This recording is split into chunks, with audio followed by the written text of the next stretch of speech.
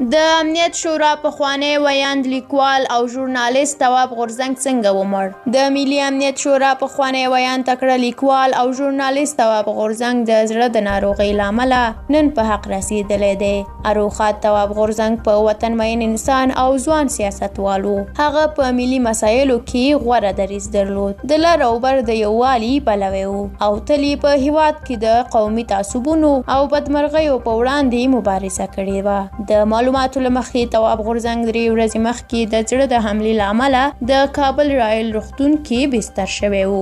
2 ځلې د هغه د زړه عملیات هم شوي وو. د اروخات تواب غورځنګ د کورنیو غړو د هغه د مړینې خبر تایید کړی دی.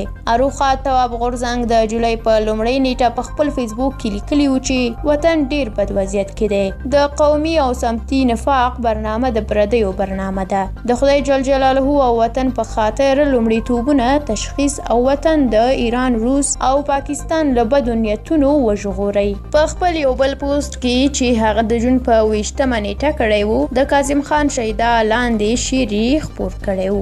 یې موده لکه غونچه د خار له درده، خبر نشوم د راحت په خوب هرگز. اروخات تواب غورځنګ د ملي امنیت شورا دفتر د ویاند د ترانسپورت وزارت د ستر سلاکار او د سیمه ییزو ارګانونو خپلواکي ادارې د ویاند ترڅنګ په بیلابیلو رسنیو کې کار کړی و. هغه تکړه ژورنالیست او لیکوال هم و. د نوموړي په مړینه لیکوالو او ژورنالیستانو خفګان او غمرازي ښکاره کړې ده او په ټولنیزو رسنیو کې د هغه په اړه پوسټونه کړي دي. دوی د اروخات تواب غورځنګ مړینه ستر ضایعه بللې ده.